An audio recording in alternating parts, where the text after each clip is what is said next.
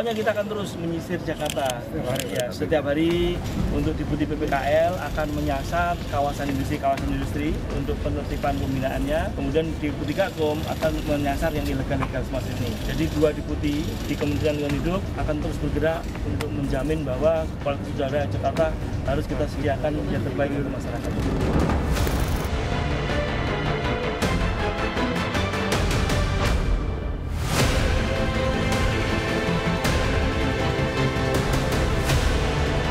Hari ini kondisi udara kita, kualitas udara kita tidak sehat. Ini berkonsekuensi cukup sangat serius dari kesehatan kita. Hampir sepanjang kita hidup di Jakarta tidak pernah melihat langit biru kita. Tentu kita tidak boleh menyerah. Kita harus mengembalikan langit biru Jakarta. Tidak boleh mundur daripada itu. Saya Menteri Lingkungan Hidup tentu bertanggung jawab paling utama dari kondisi kualitas lingkungan di Jakarta.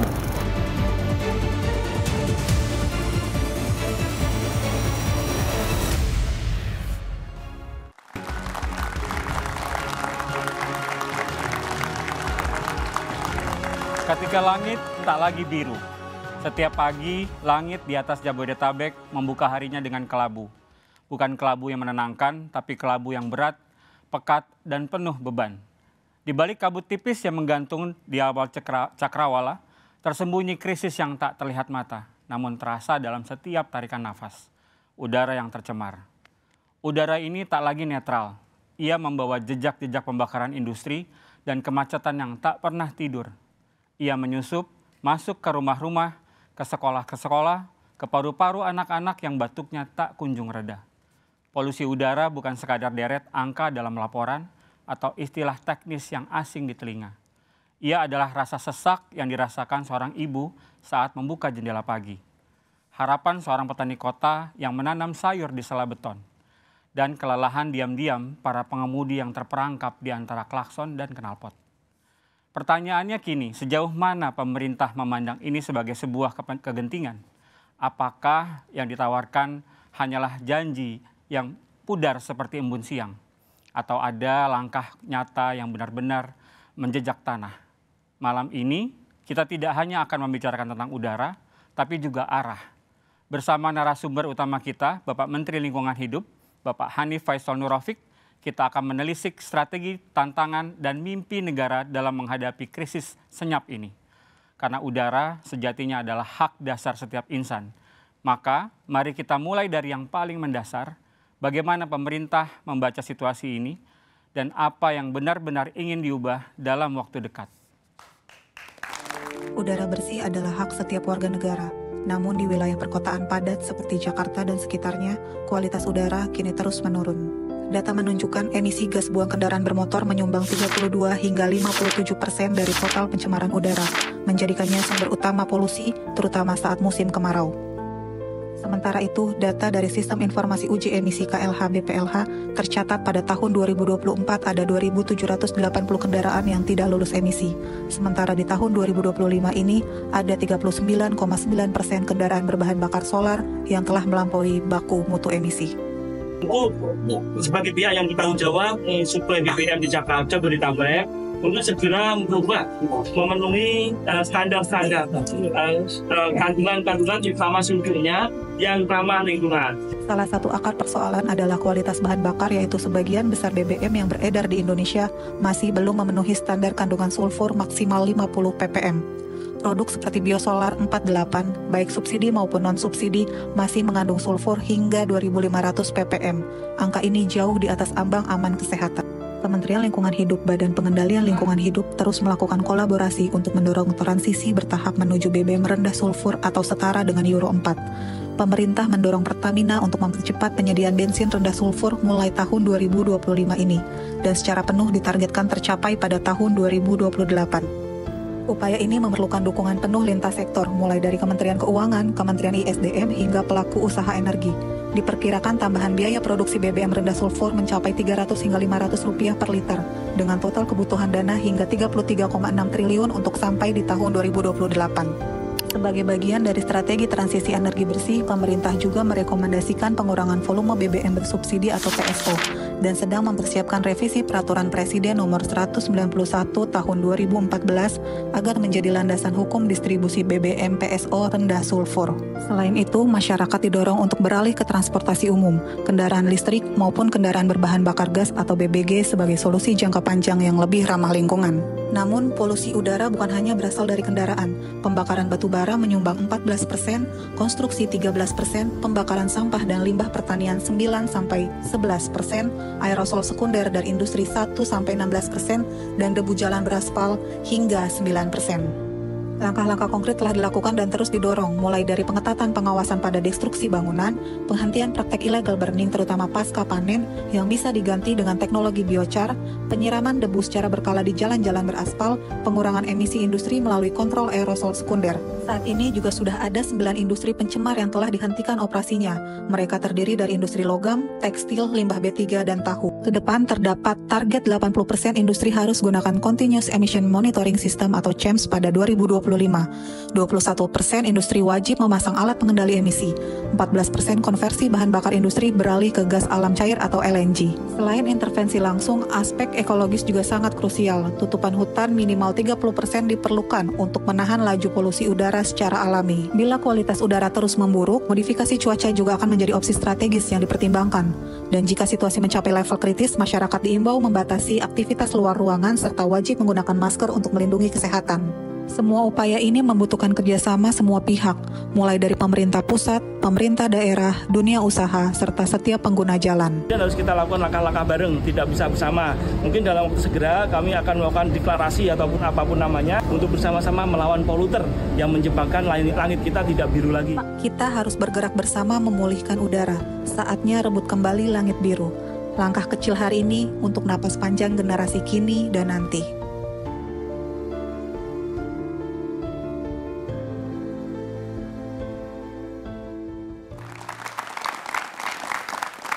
Untuk mendengarkan gagasan dari pemerintah, kami mengundang Menteri Lingkungan Hidup, Kepala Badan Pengendalian Lingkungan Hidup Republik Indonesia, Bapak Hanif Faisal Nurrafiq.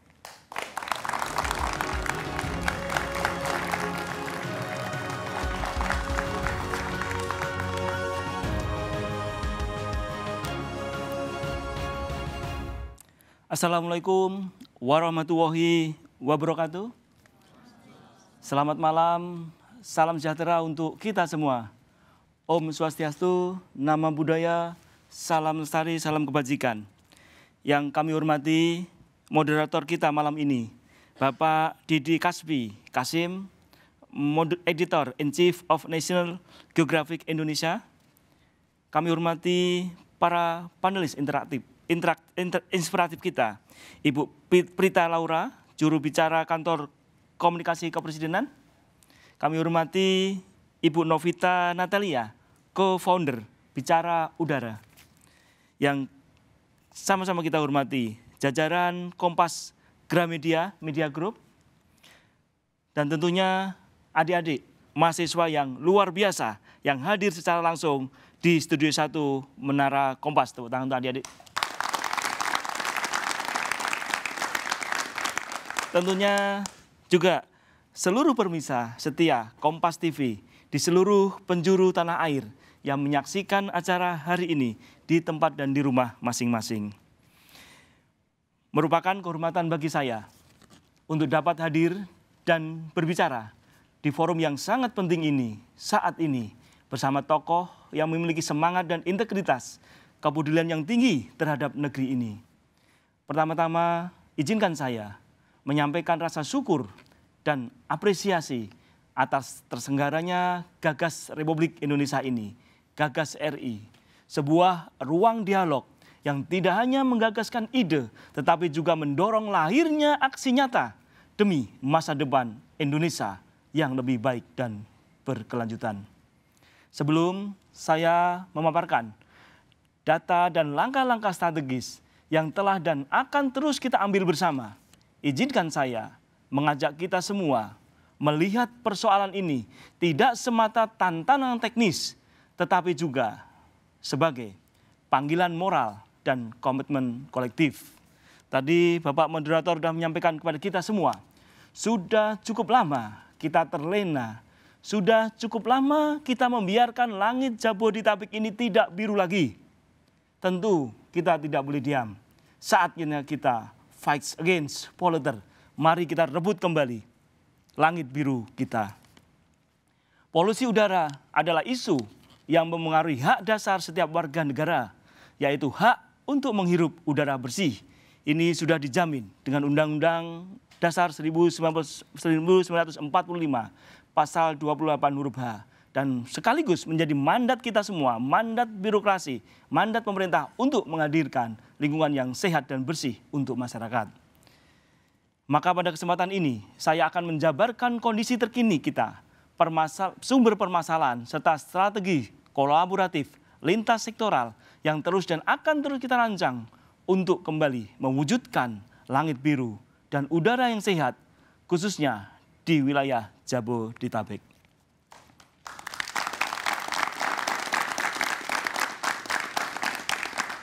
Bapak Ibu sekalian, adik-adik mahasiswa dan seluruh teman-teman di seluruh tanah air, mitra setia dari Kompas TV, kita telah cukup lama terlena dan membiarkan ini terus terjadi. Seolah-olah kita tidak pernah punya daya apapun untuk kemudian mengembalikan langit biru Jabodetabek.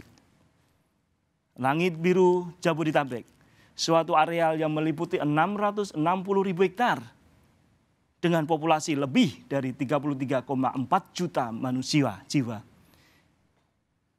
Tentu ini menyisakan data kita. Pada saat populasi yang cukup padat ini, kemudian pada daerah yang tidak terlalu luas ini, tentu menghendakkan kita semua, setiap butir tata lingkungan yang kita tidak penuhi untuk standar kesehatan itu, maka berkonsekuensi cukup berat, cukup besar untuk seluruh kita yang hidup di Jabodetabek ini. Jabodetabek menjadi penting untuk sama-sama kita pikirkan bagaimana kemudian langit biru harus kembali lagi. Tentu perlu upaya bersama, perlu kolaboratif bersama, perlu kekuatan mental kita bersama, perlu endurance yang tidak pernah lelah untuk menuntut ini harus kembali di tangan kita, di tengah-tengah kehidupan kita, di tengah 33, sekian juta penduduk Jabodetabek, atau di tengah-tengah 10,4 juta penduduk Jakarta berdasarkan administrasinya. Kita ingin tentu menyelesaikan ini, maka menjadi penting untuk kita sama-sama pikirkan dari mana sebenarnya sumber udara, sumber emisi yang menyebabkan udara Jakarta ini tidak sehat. Yang kita tidak pernah lagi setiap malam, setiap pagi, setiap petang bahkan melihat langit biru kita di Jabodetabek. Berdasarkan analisis dan para ahli, penelitian yang telah kita pelajari bersama-sama, paling tidak ada 6 sumber yang menjadi sumber utama yang menyebabkan kualitas udara tidak sehat. Hari ini, tanggal ini, 20 Juni 2025, ada 2 titik stasiun pengamat kualitas udara ambien kita di Serang dan Tangerang menunjukkan indeks standar pencemar udara melebihi dari tingkat kesehatan kita. Melebihi 100 mikrogram per meter kubik. Angka ini cukup bahaya untuk kita. Particulate matter 2,5. Ini suatu partikulat yang tidak bisa disaring, bahkan dengan masker yang tadi disampaikan oleh Bapak dari Kompas tadi. Harus masker dengan N95 yang biasa kita gunakan pada saat kita berada dalam kondisi COVID kemarin. Ini tentu membahayakan kita semua. Data menyampaikan bahwa kualitas udara yang tidak sehat ini sampai periode Mei 2025 kemarin tercatat di Dinas Kesehatan Daerah Khusus Jakarta hampir lebih 7,6 juta jiwa telah terperangkap terkena penyakit infeksi saluran pernapasan yang berakibat juga pada komorbid yang dideritanya menjadi paru-paru kronis bahkan kanker paru-paru. Ini langkah-langkah berikutnya harus kita lakukan mulai sekarang dan perlu kolaborasi kita, perlu dukungan kita semua. 6 sumber utama yang menyebabkan kualitas udara tidak terjaga di Jakarta tentu tidak hanya tugas pemerintah, tapi kesadaran kita, juga keberanian kita untuk menuntut itu kembali di tengah-tengah kita semua. Kita tidak boleh terlena selama ini. 10 tahun kita sudah udara yang seperti ini. Kita tidak melakukan langkah-langkah yang berani untuk mengambil langkah itu. Maka kita harus kembali kemudian menyatukan langkah untuk kita mengurai 6 sumber utama dari kualitas udara yang tidak sehat ini. Yang pertama, tadi disampaikan di paparan, hampir 32 sampai 57% kontribusi utama udara tidak sehat Jakarta disumbang dari gas buang kendaraan bermotor. Dengan jumlah kendaraan berdasarkan Polda data di Metro Jaya, di Jakarta saja lebih dari 24 juta unit kendaraan yang hari ini mubang-mubeng mutar-muter di seluruh Jakarta. Kemudian Jabodetabek, berdasarkan data di masing-masing kepolisian resort, terdata hampir 15 juta unit. Yang kemudian semua berkontribusi di dalam menambah, memperburuk udara Jakarta ini. Totalnya 35 juta unit kendaraan bermotor. Apa iya kendaraan bermotor, sepeda motor, mobil, kemudian berkontribusi demikian? Data menunjukkan iya. Kenapa gas buang itu kemudian mempengaruhi, menurunkan kualitas udara Jakarta? Sumbernya adalah dari bahan bakarnya. Baik itu gasolin maupun gas oil. Dua-duanya yang hari ini kita gunakan bersama untuk menghidupkan roda perekonomian kita, untuk mampu kita mencari nafkah, untuk mampu kita bekerja. Seluruhnya, sebagian besarnya tidak ramah lingkungan. WHO menyaratkan minimal dalam standar yang kita biasa sebut senilai dengan Euro 4. Maka kandungan BBM kita semestinya tidak boleh memiliki kandungan sulfur lebih dari 50 mikrogram per 50 ppm per parts million. Ini angka dalam liter yang kemudian dibatasi, yang akan kemudian berkontribusi menghadirkan particulate matter 2,5 yang tidak bisa kita tahan dengan masker biasa. Ini bahayanya lebih besar daripada bencana ataupun yang lain, karena langsung kita hirup setiap detiknya. Ini yang kemudian menjadi pertanyaan kita, sejauh mana upaya pemerintah yang menjadi distributor tunggal dari BBM yang keperluannya perharinya Jabodetabek ini mencapai hampir 10 kiloliter per hari. Angka ini yang kemudian berkontribusi cukup serius tadi menyebabkan penurunan emisi, penurunan kualitas udara di angka 32 sampai 57. Kalau musim kemarau panjang berkepanjangan, maka angkanya menjadi 57% disumbang dari gas buang dari BBM tersebut. Apa yang harus kita lakukan bersama? Maka mau tidak mau, suka tidak suka, pemerintah, kita semua harus mampu mendorong pemerintah untuk menyajikan BBM yang rendah sulfur, yang sebagaimana digariskan oleh WHO tadi. Tidak murah, iya. Hitungan dari Kementerian Ekonomi menyebutkan bahwa untuk merubah dari kondisi hari ini menjadi BBM yang rendah sulfur, diperkirakan kalau total langsung, katakan 100% Jabodetabek, harus rendah sulfur, maka kita memerlukan hampir lebih dari 33,6 triliun rupiah. Untuk melakukan langkah-langkah treatment, kalau bahan bakunya sama, kami telah ke Kilang Minyak Balongan. Bahan bakunya sama, tetapi apa yang menyebabkan rendah sulfur, apa yang kemudian sulfurnya tidak rendah adalah biaya pengolahan. Biaya pengolahan yang cukup tinggi. Pada saat BBM itu kemudian kita mintakan untuk rendah sulfur, maka cukup biaya besar untuk menurunkan itu. Angkanya tadi 33,6 triliun rupiah. Kemudian apakah kita menyerah untuk itu? Tentu tidak. Kita masih merasakan hari ini BBM subsidi, PSO tadi yang disampaikan, yang sekarang kita nikmati bersama-sama tanpa pemberian terkait dengan distribusian yang tepat, tentu menjadi beban negara. Namun bila kita mampu membatasi penggunaan BBM bersubsidi ini hanya untuk konsumen yang tepat, yang memang memerlukan itu akan mereduksi yang cukup banyak. Kajian Kemenko Marves waktu itu menyatakan bahwa bila mana kita mampu mendistribusikan BBM dengan tepat subsidi, tepat sasaran, maka ada saving di angka 106 triliun rupiah. Artinya bahwa kalau kita mau berkeringat sedikit menjagai harga BBM ini, memang benar-benar teman-teman yang berhak yang boleh menerima itu. Tidak kemudian mobil mewah, Moge 150 cc, itu nggak boleh mendapat BBM yang bersubsidi. Nah, kalau ini kita jaga, truk-truk besar yang kemudian untuk industri besar tidak menerima subsidi, gas oil tadi, maka kita akan menghemat sampai di angka 106 triliun rupiah. Tadi kalau kita untuk merubah tadi perlu 33,6 triliun, maka kalau kita menghemat saja tanpa menaikkan harga BBM non subsidi, maka angkanya di angka 106 triliun rupiah. Namun BBM non subsidi tadi sebenarnya juga masih ada langkah-langkah yang bisa kita naikkan nilainya. Nilai berdasarkan pasar maka akan terhemat 148 triliun rupiah. Angka ini yang cukup besar, teman-teman sekalian, yang kemudian akan mereduksi biaya kita mengkonversi dari BBM yang tinggi sulfur, high sulfur, menjadi BBM yang low sulfur. Timbal dulu kita bisa selesaikan.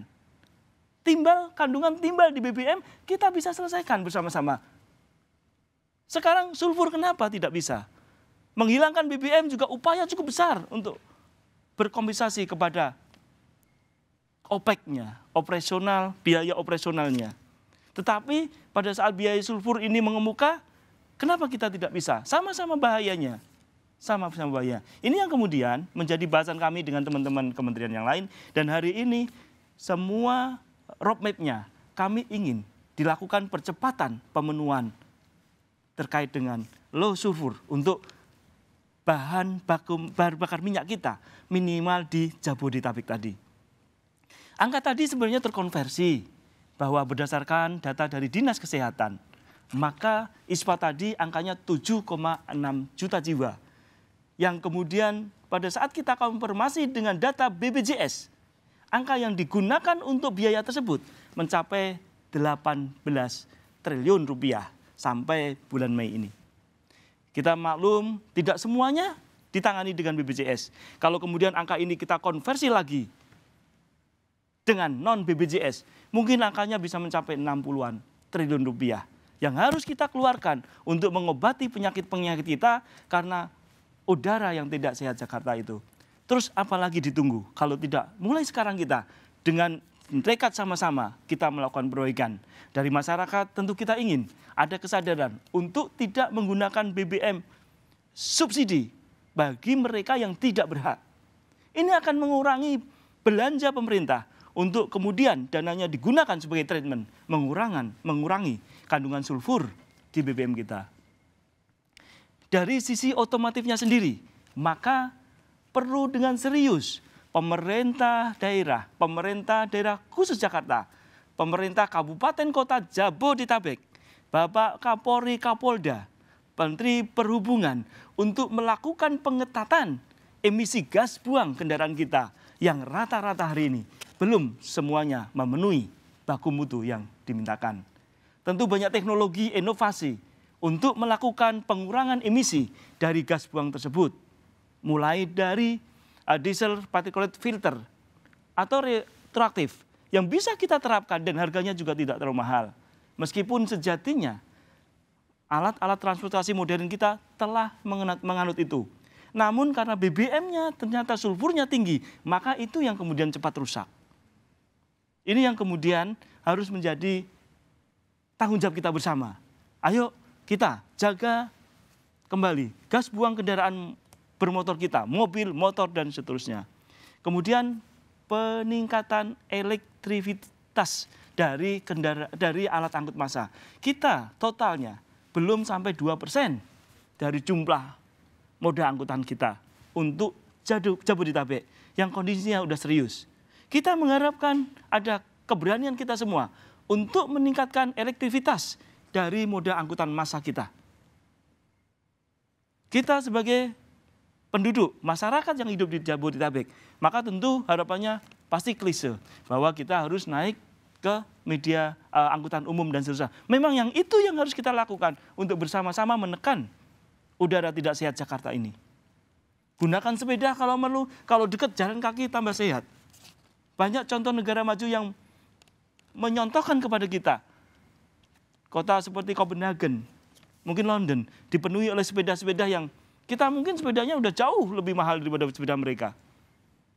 Bukan karena mereka tidak mampu, tetapi gaya hidup mereka semakin bangga dengan sepeda yang seperti agak lama gitu. Mereka bisa, apa bedanya dengan kita? Ini dari sisi emisi gas buang kendaraan bermotor yang menyumbang 32 sampai 57%.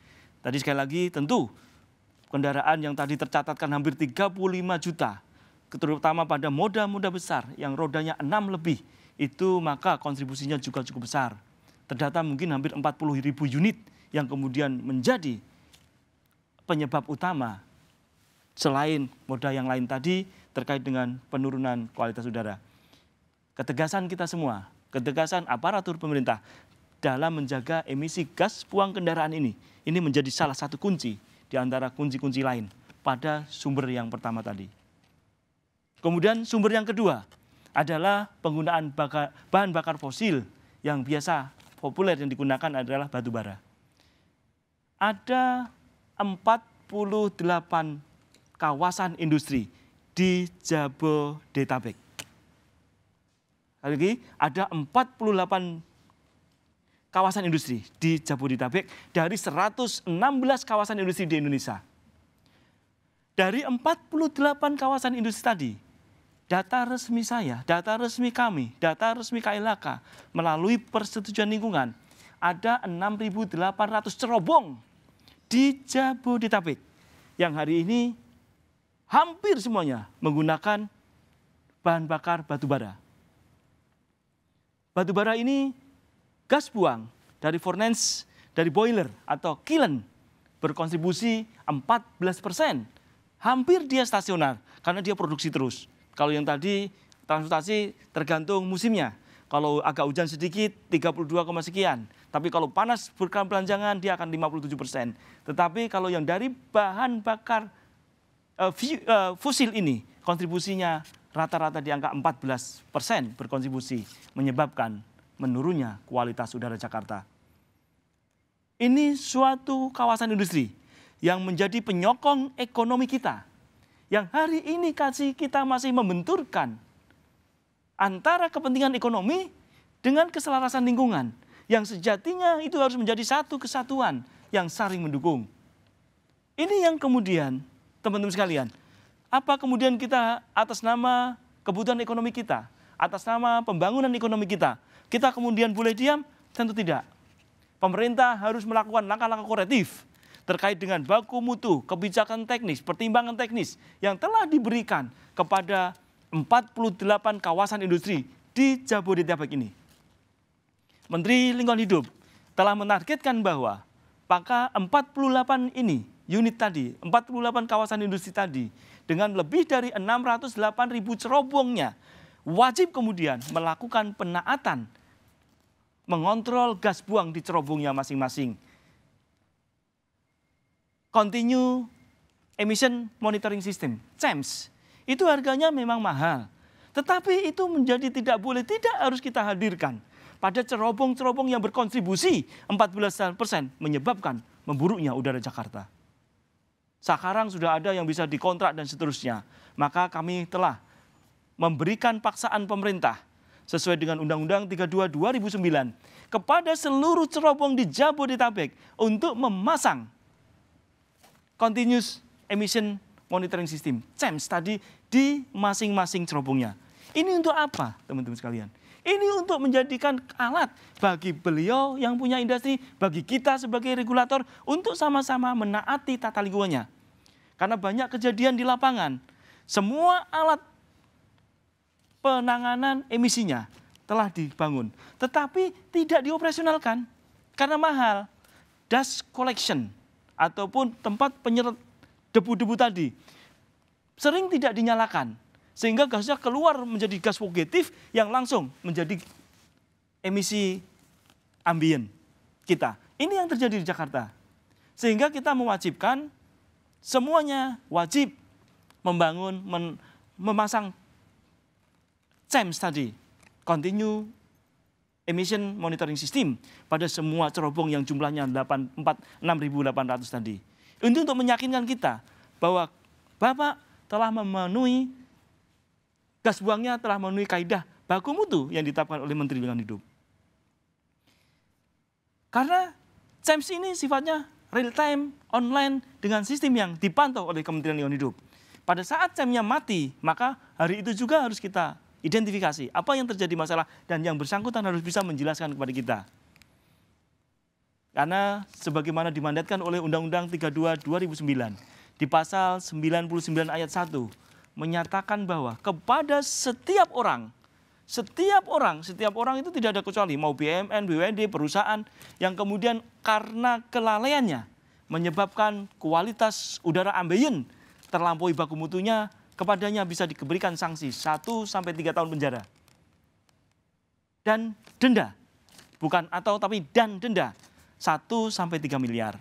Namun kalau dengan kesengajaannya, maka ada peningkatan sanksinya mencapai sampai 3 sampai 10 tahun ancaman pidana penjara dan 3 sampai 10 miliar dendanya.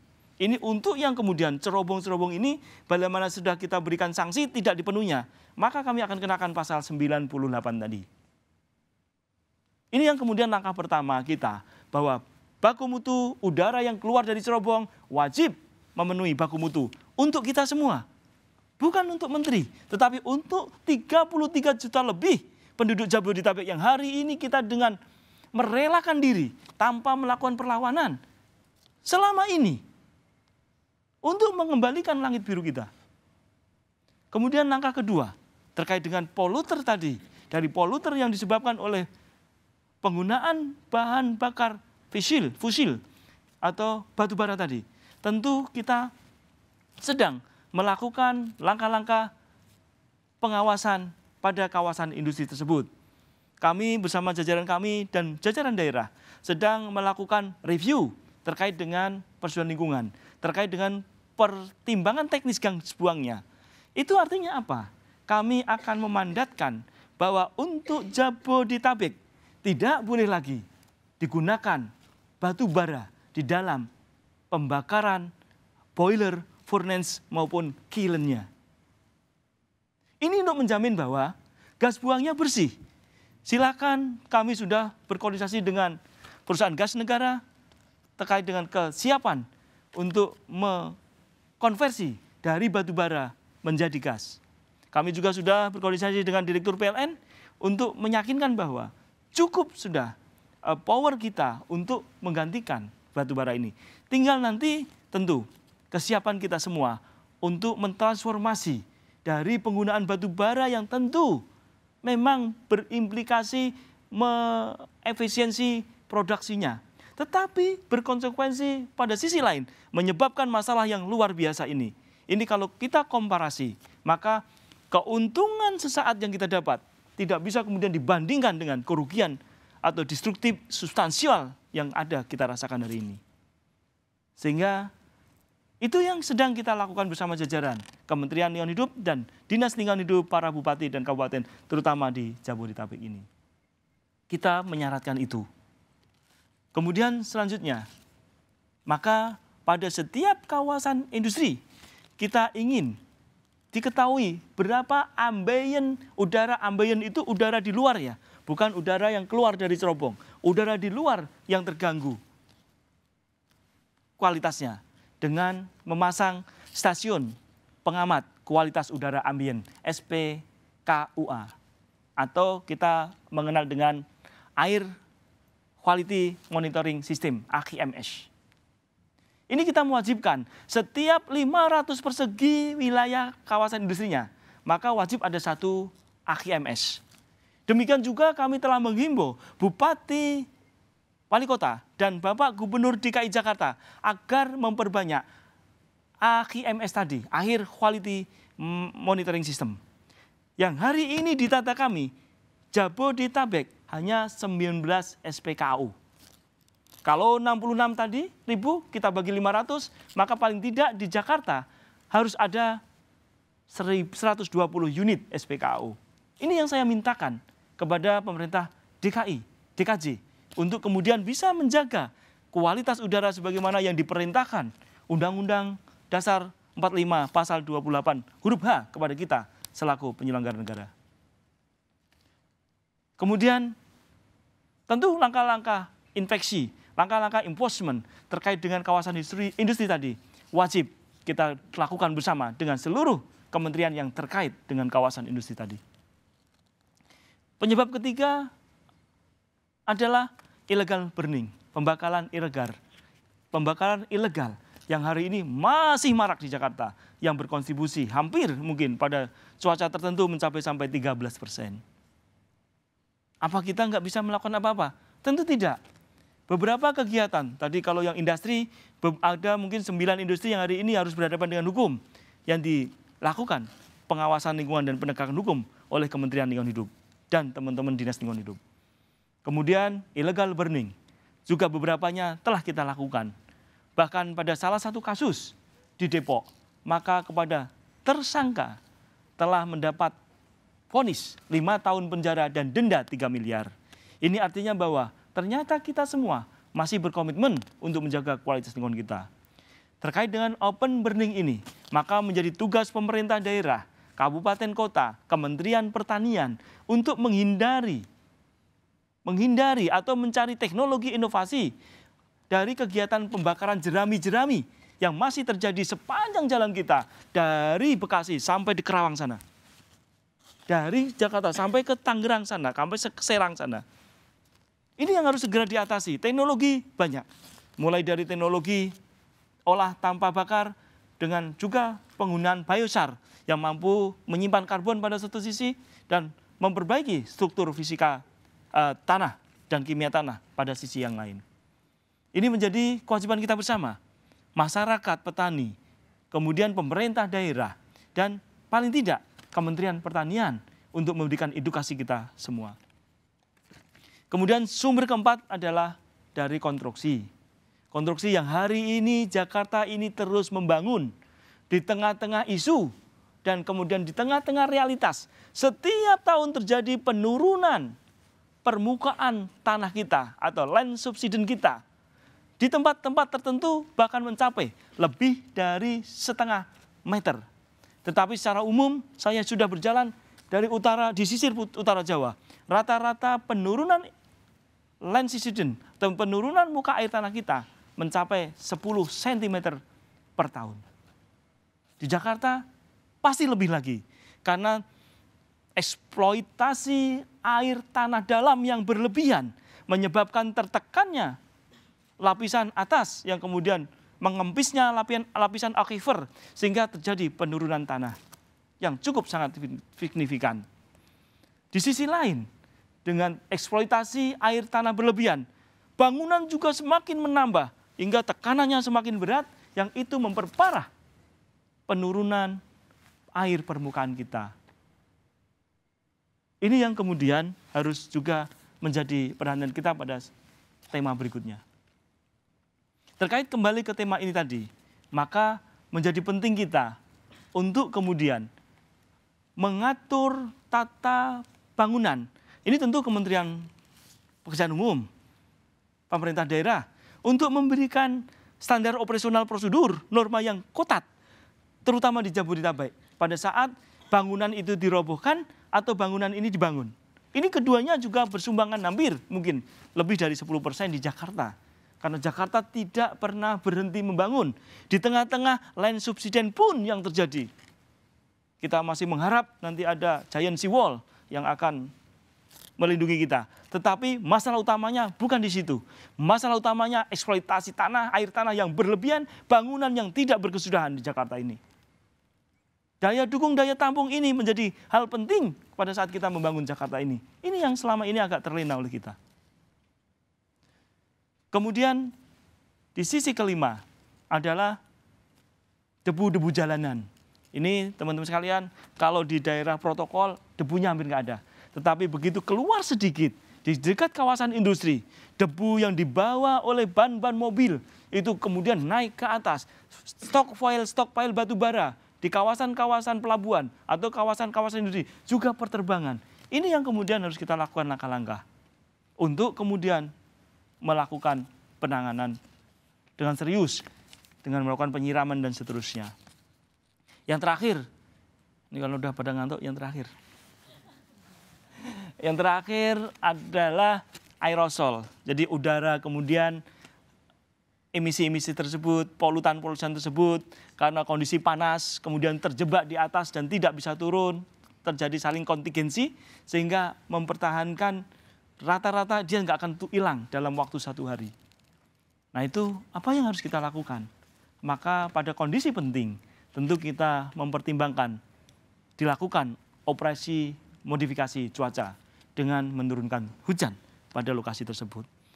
Penurunan hujan pada kasus ini tentu akan menurunkan hampir 75% dari kualitas udara yang tidak sehat ini menjadi 75%-nya akan tereduksi. Nah, langkah-langkah inilah teman-teman sekalian yang perlu menjadi tekad kita bersama. Sudahlah cukup 10 tahun kita tidur. Sudahlah cukup 10 tahun kita membiarkan ini terjadi. Mari kita rebut kembali. Kembalikan langit biru kita. Fight Against Polluter wajib itu. Karena dimandatkan di dalam Undang-Undang 32 2009. Terima kasih. Assalamualaikum warahmatullahi wabarakatuh.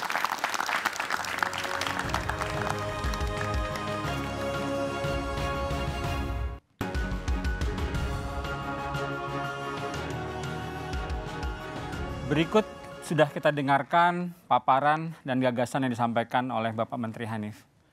Saya pikir kita dicerahkan oleh kedaruratan yang terjadi di depan mata kita.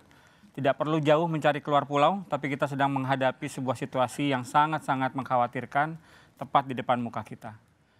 Saya rasa perlu banyak diskusi bahwa ini bukan hanya kerja pemerintah, regulasi dan sudut pandang yang berpihak sudah diberikan. Sekarang kita mencari apa yang bisa kita lakukan sebagai bagian dari planet ini yang juga hidup dari kebutuhan yang disediakan oleh planet ini. Kita akan berdiskusi lebih lanjut dengan Bapak Menteri. Kita akan melanjutkan diskusi setelah jeda berikut, tetap di Gagas RI.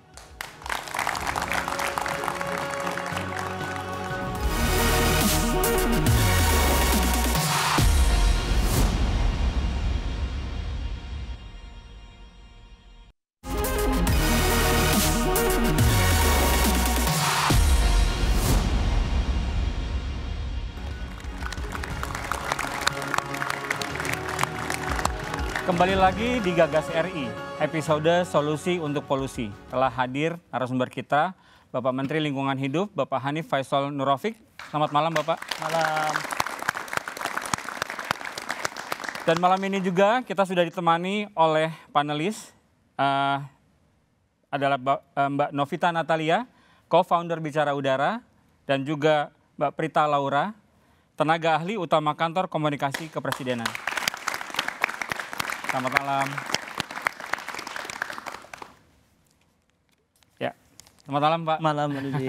Sudah kita sudah dicerahkan tadi dengan kedaruratan yang begitu tidak terlihat tapi terasa ya Pak ya. Terasa benar. Mungkin ya Pak, kalau data terkininya bagaimana Pak? Data terkini tentang kualitas udara, lalu kemudian sudut pandang pemerintah dalam hal ini kan tadi keberpihakan sudah ya Pak. Namun kalau boleh diupdate Pak. Ya, terima kasih. Jadi dari Januari sampai Mei sepertinya itu hampir 102 atau 100-an kali kualitas udara di Jabodetabek ini posisinya tidak sehat. Hari ini ada 2 stasiun pengamat kualitas udara ambient yang menyatakan bahwa tidak sehat, yaitu di Tangerang dan Serang. Jadi ada 2 titik itu angkanya lebih dari 100 mikrogram per meter kubik. Jadi angka ini sebenarnya tidak agak berbahaya buat kita semua meskipun statusnya tidak sehat. Tetapi memang kualitas dari standar kita mesti harus kita tingkatkan di kemudian hari, karena kita masih menganggap 100 itu masih relatif bagus gitu, lebih 100 baru enggak. Tapi WHO menyatakan 50 itu sudah tidak sehat. Jadi ini yang kemudian kita akan segera update. Namun demikian memang upaya serius dari pemerintah telah kita lakukan bersama, kolaborasi, dan juga secara instrumen kita juga telah berdiskusi beberapa minggu ini untuk menyusun peraturan presiden terkait dengan pengendalian pencemaran udara Jabodetabek. Jadi mudah-mudahan ini juga menjadikan satu instrumen yang menjadikan langkah kita kolaboratif sehingga akan lebih efektif dan efisien melakukan upaya bersama peningkatan kualitas udara di Jakarta ini. Gitu, Pak Didi. Kalau jangka pendek kira-kira apa, Pak? Jangka pendek yang tadi sudah disampaikan sebenarnya bahwa jangka pendek pada saat tertentu memang karena ini kan suatu mesin yang besar ya, mesin yang besar. Tidak bisa kemudian kita kemudian langsung brek gitu. Tentu penertiban, penaatan dari gas buang di industri-industri itu harus kita lakukan. Ini di bawah kontrol dari Kementerian Lingkungan Hidup. Artinya bahwa melalui instrumen yang kami miliki, maka perusahaan tersebut, industri tersebut akan terikat kuat dengan norma yang kami mintakan. Pada saat yang bersangkutan tidak memenuhinya, maka ada konsekuensi hukum yang kita akan bisa berikan. Dan memang karena unitnya unit pengusaha lebih gampang kita berkoordinasi. Tapi itu langkah pertama. Ini sedang jalan, namun secara bersama kita baru mendapat 3 kawasan industri dari 48 kawasan industri. Karena pendalamannya juga memerlukan waktu. Ada sekitar hampir 300 terombong di lokasi tersebut yang hari ini telah menjadi pengamatan kami. Kemudian sambil menyisir, kami dan teman-teman lingkungan hidup di Dinas Kabupaten Kota juga telah mencoba menertibkan industri-industri yang menyebabkan gas buangnya langsung ke lingkungan. Ini sebagian sudah masuk di dalam proses penyidikan, yang lainnya terus kita kejar. Kita ingin mereka taat sekali. Jadi memang saya juga agak bingung, industri yang cukup besar ini kok berani tanpa norma kemudian melakukan peleburan besi di Jabodetabek ini di tengah-tengah kepadatan penduduk yang luar biasa. Ini kita wajib bertindak tegas. Jadi ini yang kita lakukan. Kemudian kita telah juga berkoordinasi dengan Menteri Perhubungan dan teman-teman Polda, dengan Pak Kapolri kami juga sudah melakukan kerjasama untuk meningkatkan pengawasan gas buang kendaraan. Karena tadi memang kontribusinya cukup besar. Nah, kemudian kemarin kami juga sudah ke Balongan, ke kilang Pertamina Internasional di Balongan yang menyuplai seluruhnya kebutuhan BBM kita, Jabodetabek yang hampir 10.000 km per day ini disuplai oleh mereka. Jadi kami telah melakukan penekanan untuk dilakukan percepatan, dan teman-teman Pertamina juga telah melakukan konfirmasi ke kami beberapa hari yang lalu dan akan segera menyampaikan kembali, diskusi kembali terkait dengan percepatan roadmap penerapan BBM senilai atau senilai dari Euro 4 ini untuk Jabodetabek secara bertahap. Kami ingin sangat cepat ini bisa diimplementasikan. Kemudian yang langkah segera tentu pengakhiran open burning. Kita telah menutup 343 unit TPA, dan TPA itu dilakukan dengan open dumping yang pada saat tertentu memang dibakar gitu. Dan ini untuk Jabodetabek kami telah lakukan dengan ketat. Kemarin terakhir kami sidak di salah satu TPA di sebelah sana, dan ini kita tingkatkan statusnya menjadi pidana karena telah terjadi kebakaran di TPA-nya cukup serius. Kami ingin semua pihak mengambil peran, semua pihak harus taat kepada undang-undang yang diperintahkan kepada kita. Iya, Pak. Nampaknya kalau dari sisi korporasi dan industri ya Pak ya, pagar-pagar itu lumayan rapat ya Pak ya. Bisa kita gunakan. Iya, dan cukup untuk bisa membantu kita untuk lebih berpihak. Tapi juga kan sebetulnya juga ada persoalan dari sisi kita di tingkat tapak ya Pak ya, pembakaran sampah, perilaku kita membuang dan tidak memilah sebagainya itu juga, apakah itu juga menjadi prioritas yang diperhatikan oleh Menteri LH, Pak? Ya, ini menjadi prioritas kami. Jadi kami kemarin Bapak Gubernur DKJ telah berkunjung ke kami, dan kami telah menyampaikan concern kami terkait dengan penanganan sampah udara bersih termasuk banjir yang tahunan, yang salah satunya disebabkan oleh Ciliwung, sudah kami bahas. Kemudian setelah itu beberapa hari kemudian Gubernur Jawa Barat juga telah mengunjungi kami untuk merespon surat-surat yang kami berikan, dan kami juga titip kepada kedua gubernur tersebut untuk serius melakukan penanganan sampah. Jadi sampah ini dari sisi penanganan yang saat ini dilakukan benar-benar telah melakukan pencemaran lingkungan. Nah, tidak terkhusus Jakarta. Jakarta saya sudah minta kepada Bapak Gubernur Jakarta untuk kemudian segera mengoperasionalkan RDF di Rorotan. RDF di Rorotan ini memiliki kapasitas 2.500 ton per day. Ini cukup besar akan menyerap sampah Jakarta. Hari ini belum operasional karena sampahnya belum dipilah gitu. Jadi teknologi Rorotan ini adalah teknologi yang sampah pilah. Nah, ternyata yang dimasukkan sampah campur sehingga baunya nggak karu-karuan, masyarakat kemudian melakukan penutupan. Nah, ini yang kemudian kami telah mintakan Pak Gubernur untuk serius, dan beliau berjanji di akhir-akhir Juni ini akan segera mencoba pemilahannya dilakukan dengan ketat. Saya sudah sampaikan kepada Gubernur, saya kalau perlu tiap hari akan ke kelurahan-kelurahan untuk mengecek bahwa pilah-pilihnya sudah dilakukan. Ini salah satu yang dari illegal burning tadi. Baik, Pak, saya geser ke Mbak-mbak kita di depan supaya bisa terlibat di obrolan yang menyenangkan ini, Pak, tentang sampah, Pak. Mbak Prita, saya mau bertanya ke Mbak Prita.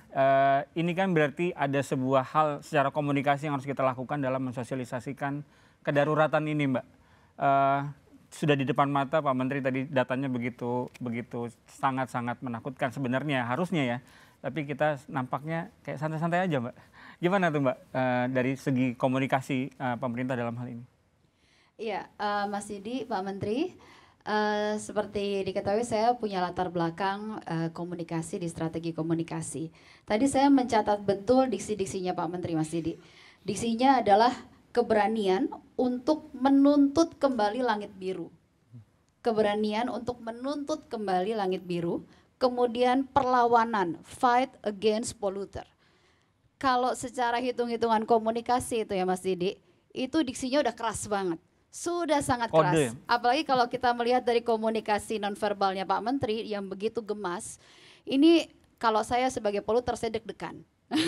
Apa nih begitu. Apalagi kemudian tadi dipaparkan data-datanya bagaimana gerakan-gerakan tegas dari kementerian yang dipimpin oleh Pak Menteri untuk melakukan penegakan hukum.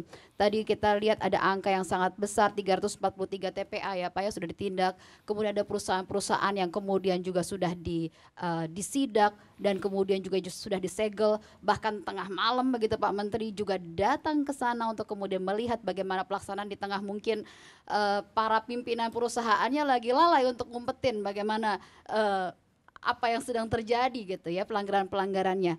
Nah, sebenarnya ini adalah sebuah sikap politik yang sudah sangat keras sekali sebenarnya untuk kemudian memberikan warning kepada para poluter bahwa udah bukan saatnya lagi. Udah bukan saatnya lagi main-main di bawah pimpinan Pak Menteri ini sudah benar-benar begitu fokus di sana. Namun yang perlu untuk kemudian kita cermati di sini adalah tadi saya menghitung apa yang disampaikan Pak Menteri, saya menghitung berapa kementerian lembaga yang terlibat di dalam proses implementasi dari hal tersebut. Dan saya menghitung ada 9 kementerian lembaga yang terlibat di sana. Belum terhitung di sana banyaknya pemerintah daerah, tingkat 1, tingkat 2, dan kemudian pelaku usaha. Kita tidak bisa menuntut hanya dari Pak Menteri saja, dari Kementerian Lingkungan Hidup saja. Karena kita tahu bahwa selama ini ada prioritas yang berbeda dari masing-masing kementerian lembaga. Jadi bisa jadi semangat, kegemasan, diksi yang keras, fokus dari Pak Menteri di sini bisa jadi akan terbentur dengan tembok-tembok kepentingan dari kementerian yang lain. Jadi artinya di sini kita harus banyak nemenin Pak Menteri ini untuk kemudian mendorong begitu ya bahwa ini memang suatu hal yang memang urgent untuk dilakukan.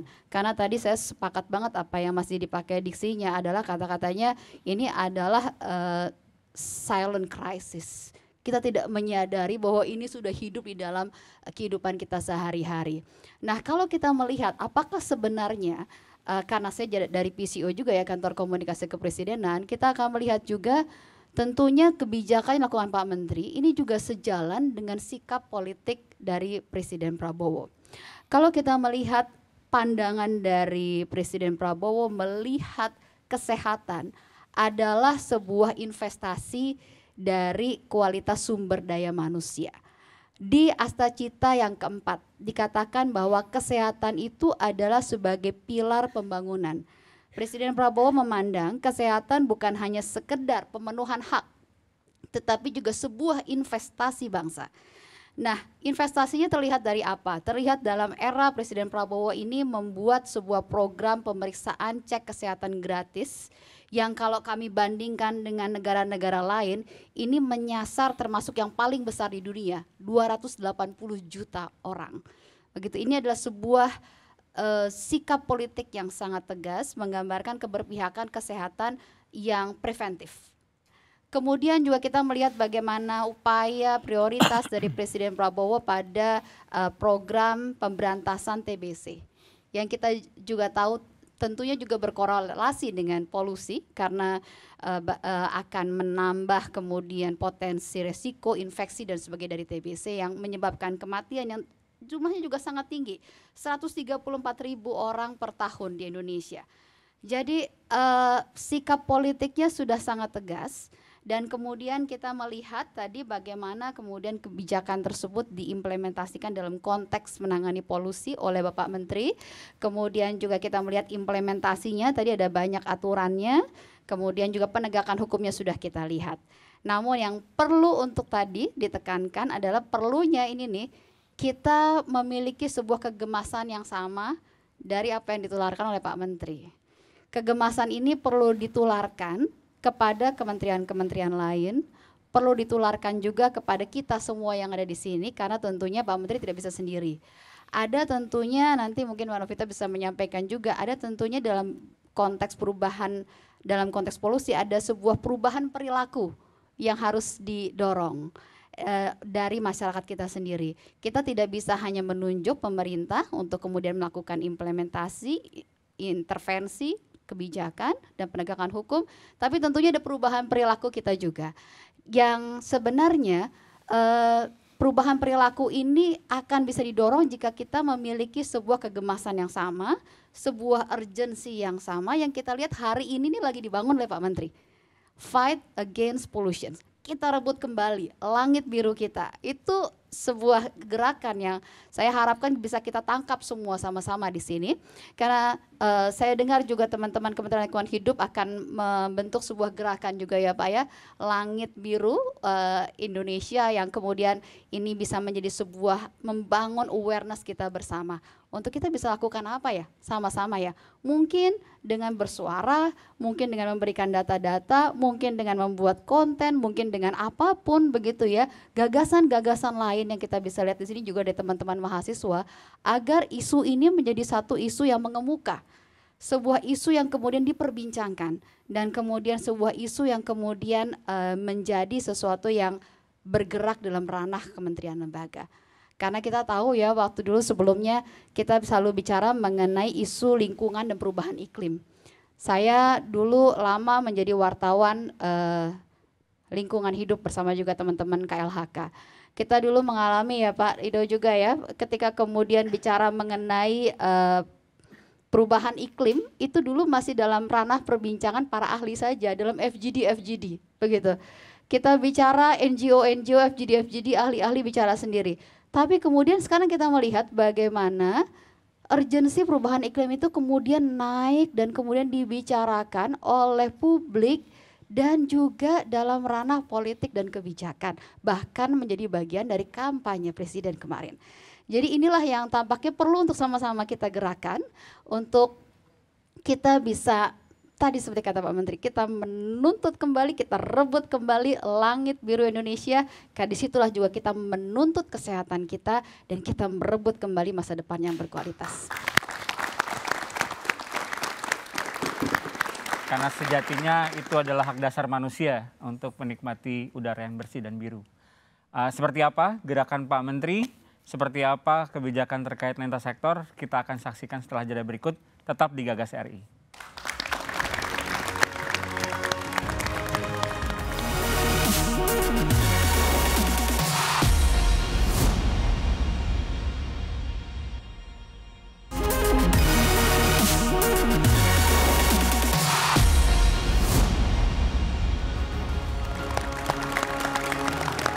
Masih di Gagas RI, episode Solusi untuk Polusi.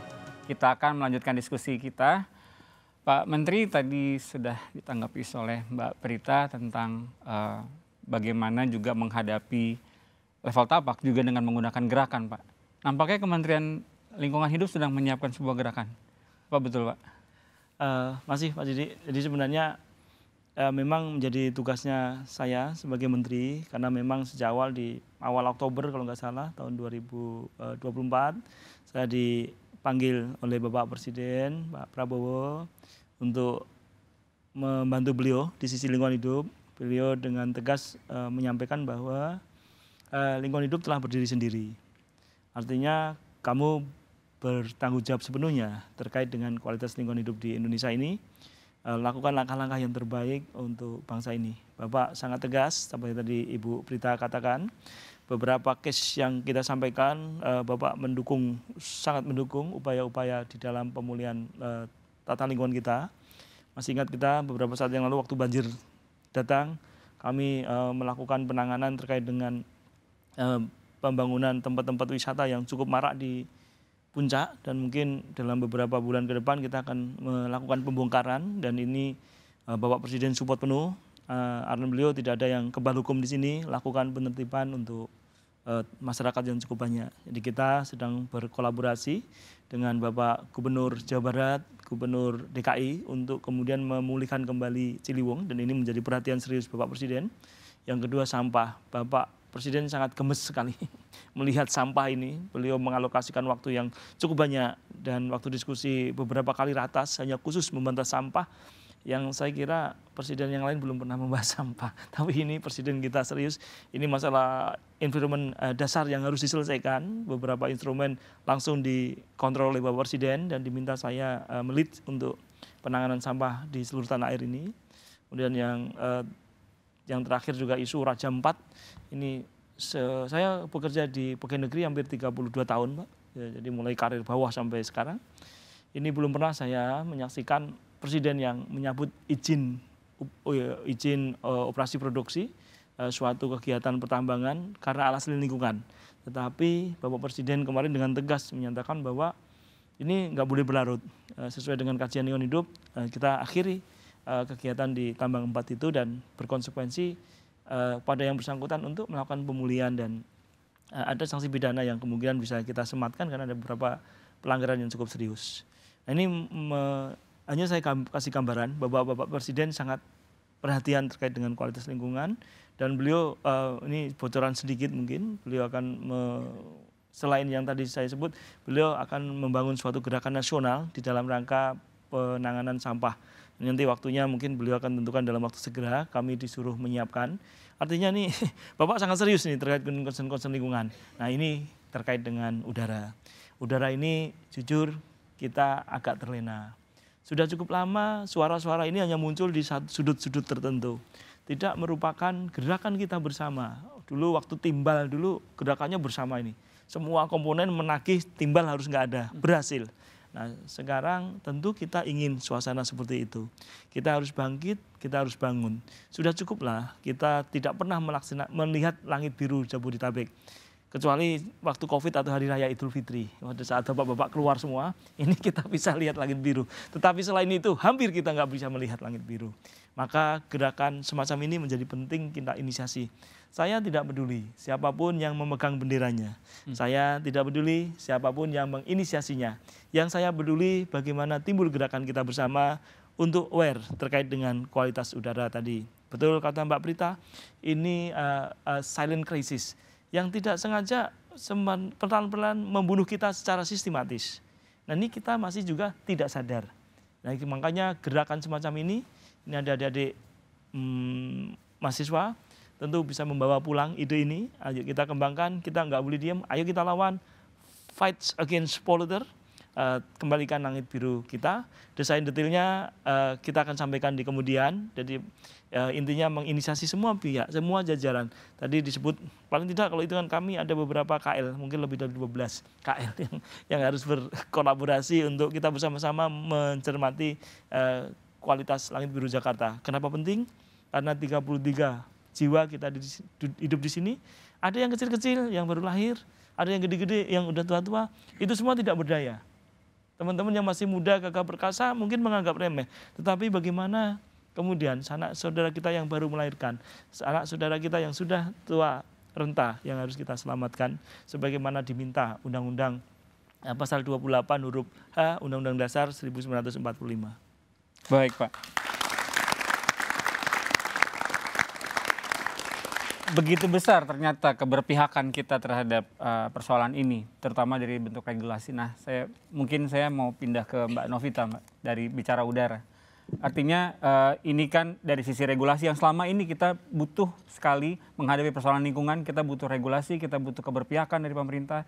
Nah, sekarang kita sudah dengarkan Pak Menteri menyampaikan begitu besar, bahkan sampai ke pucuk pimpinan pun sudah menunjukkan keberpihakannya. Nah, kalau teman-teman Bicara Udara sebagai wakil, saya pikir semua wakil dari masyarakat ya, gerakan sosial, apa suara-suara apa yang kemudian bisa dilakukan oleh teman-teman di lapangan, di level tapak untuk melanjutkan keberpihakan ini? Ya, mungkin saya mau mengapresiasi kepada Pak Menteri karena menurut saya ini sesuatu hal yang harus diapresiasi. Kita harus tahu bahwa law enforcement itu menjadi sesuatu hal yang penting. Saya mengingat kasus di Beijing, di China, bagaimana Beijing, pemerintah China pada saat itu bekerja sama supaya mengurangi polusi udara. Bayangin sebelum tahun 2013, Beijing itu selalu menempati posisi 10 besar sebagai kota paling berpolusi di dunia. Tapi ketika ada political will, ketika ada koordinasi antar kementeriannya, pemerintahnya dan segala macam, itu bukan sesuatu hal yang sulit sehingga China, Beijing bisa jadi seperti yang sekarang. Dan saya ingin menambahkan juga bahwa ketika kita ngomongin polusi udara, kita jangan memisahkan itu dengan ekonomi. Kenapa? Karena pertama dari beban BPJS dari tahun 2018 sampai tahun 2022 itu baru dari penyakit respirasi saja yang 18 triliun. Belum termasuk penyakit kardiovaskular. Terus kemudian ada dokter dari UI, dia membuat penelitian mengikuti ibu dari hamil terus hingga anaknya umur 3 bulan, itu ternyata polusi udara bisa mempengaruhi stunting. Kemudian ada lagi bagaimana ketika anak-anak pada masa development-nya itu terkena paparan polusi udara, itu ternyata IQ-nya itu bisa berkurang 2 poin. Jadi ini bukan masalah polusi udara yang harus dipisahkan dengan masalah ekonomi. Kenapa? Karena ada juga penelitian bagaimana ketika polusi udara tinggi itu ternyata bisa mempengaruhi produktivitas pekerja. Dan itu membuat orang jadi tidak fokus atau bahkan bisa menjadi sakit. Dan menurut saya ini sesuatu hal yang harusnya menjadi perhatian juga, bukan hanya dari Kementerian Lingkungan Hidup, tapi bagaimana political will dari masing-masing kementerian dan sektor. Karena kalau kita ngomongin polusi udara, kita tuh ngomongin dari hulu sampai hilir. Hilirnya akan dipegang sama Kementerian Kesehatan. Tahun 2023 kebetulan Bicara Udara menjadi salah satu komite penanggulangan penyakit respirasi dan dampak polusi udara di Kementerian Kesehatan. Kami melihat di 2023 itu ada momen namanya El Nino, di mana pada masa El Nino itu ternyata mempengaruhi bagaimana lamanya polusi udara menjadi tidak sehat. Jadi biasanya kalau kita ngelihat di musim normal gitu ya, dari April sampai bulan Agustus, September udah membaik. Tapi ketika pada masa El Nino itu dari bulan April bahkan sampai Oktober awal itu polusi udaranya tuh tinggi. Nah ini ternyata mempengaruhi tingkat kunjungan untuk penyakit ISPA dan pneumonia. Dan dua ini itu kebanyakan anak-anak. Jadi menjadi sesuatu hal yang penting untuk kita bicarakan bagaimana sektor masing-masing Kementerian Lingkungan Hidup, Kementerian ESDM, kemudian Kementerian Kesehatan, Kementerian Dalam Negeri dengan pemerintah provinsi dan provinsi, terus kemudian kota dan kabupaten untuk bekerja sama. Saya ingat di tahun 2023 sempat ada Satgas Pengendalian Pencemaran Udara, cuma Satgas itu belum ada nomenklaturnya. Dan itu yang sebenarnya kalau kita ngelihat dari COVID itu kan sebenarnya Satgasnya itu kan lintas kementerian, bagaimana itu suatu komitmen bersama supaya masalah COVID waktu itu terselesaikan dari Kementerian Kesehatan, terus kemudian Kementerian Perhubungan, dan ini juga sama. Harapannya sih sebenarnya ini Pak Menteri ini kasihan kalau misalkan cuma berjuang sendiri, harus benar-benar ada effort bersama, political will bersama, koordinasi bersama, supaya satu, untuk BBM rendah sulfur itu menjadi sesuatu hal prioritas karena ada data yang kemarin baru diluncurkan dari Kemenkoinfra itu ternyata ketika penerapan BBM 100% itu bisa mengurangi 36% PM2.5 dan itu juga sangat berpengaruh. Jadi nggak hanya kita diam dan menyaksikan, tapi kita harus bekerja sama. Dan kalau kita ngelihat di policy cycle, itu kan ada proses dalam pembuatan kebijakan publik. Dan kita sebagai masyarakat, sebenarnya saya menyukai public pressure. Kenapa? Ketika public pressure berarti masyarakat menjadi watchdog untuk pemerintah, dan di saat itu banyak think tank yang akan membantu pemerintah dalam bagaimana implementasi, terus kemudian bagaimana kebijakan yang tepat supaya win-win solution. Ketika penanganan polusi udara ini bisa menjadi bisa menjadi satuan tugas bersama antar kementerian, itu tidak sulit untuk mendapatkan another funding gitu. Karena kalau misalkan kita ngelihat dari kasusnya di China, itu sebenarnya banyak lembaga-lembaga keuangan yang akan support itu. Dan kita juga bisa ngelihat dari situ untuk pembagian secara, ya mungkin kita APBN sekarang sedang melakukan efisiensi, cuman kita ada program-program public-private partnership, terus ada green bonds, terus ada green finance yang sebenarnya bisa digunakan untuk itu. Dan sebenarnya investasi asing, dan sebenarnya investasi itu juga bisa mengarahkan ke sana, karena dalam beberapa tahun lagi kalau kita ngelihat ini demand-nya tuh kita butuh demand yang sebenarnya sustainable. Kita butuh green kita butuh market yang arahnya green, sehingga kenapa tidak akan sulit untuk pemerintah mendapatkan bantuan-bantuan keuangan. Dan ini kuncinya adalah di bagaimana political will, koordinasi antar kementerian, antar pemerintah daerah dalam upaya penanganan polusi udara. Jadi mungkin di sini saya bisa bilang bahwa masyarakat kita memang bisa melakukan perubahan perilaku bersama-sama, tapi hal yang paling besar adalah bagaimana pemerintah membuat suatu regulasi yang seharusnya bisa dikomunikasikan dengan tepat ke masyarakat, dan kita bekerja sama secara baik, bekerja sama dengan tepat, seperti itu sih Pak. Jadi memang harus bersama-sama. Terima kasih Mbak Novita. Jadi satu hal yang kita sepakati adalah Kementerian Lingkungan Hidup atau dari sisi subjeknya lingkungan hidup menjadi anchor atau menjadi kunci bagi persoalan perubahan iklim, persoalan udara, persoalan limbah. Jadi ini gagasan-gagasan dari Pak Menteri akan kita saksikan setelah jeda berikut, tetap di Gagas RI.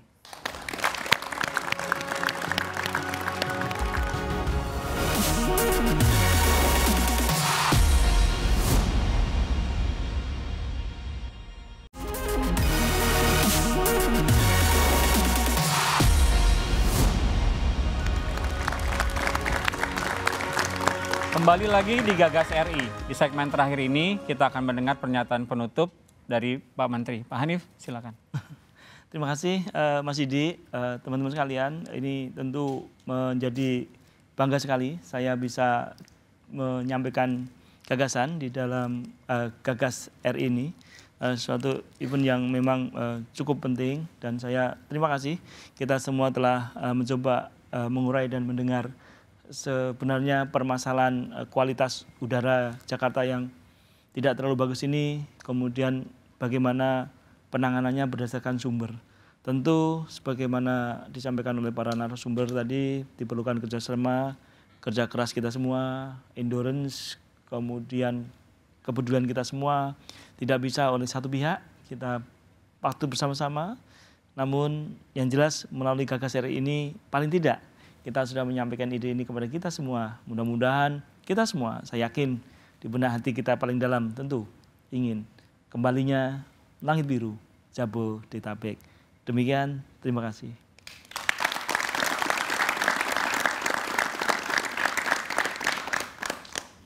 Baik, sebagai penutup, saya ingin menyampaikan epilog atau kesimpulan dari diskusi kita hari ini. Di balik langit Jakarta yang kelabu, tersembunyi kisah tentang manusia, mesin, dan alam yang terus berjuang menemukan keseimbangannya. Polusi udara bukan sekadar angka di layar monitor. Ia adalah menyentuh setiap napas, setiap detak kehidupan, tapi di tengah kabut selalu ada celah cahaya. Dari laboratorium riset hingga lorong kota, dari kebijakan negara hingga langkah kecil warga, perubahan mulai bergerak. Ini bukan hanya tentang udara, ini tentang bagaimana kita memilih untuk hidup berdampingan dengan bumi. Karena pada akhirnya langit yang bersih adalah warisan paling sederhana, namun paling berharga, yang bisa kita titipkan untuk generasi berikutnya. Demikian Gagas RI malam ini, saya Didi Kaspi Kasim, sampai jumpa.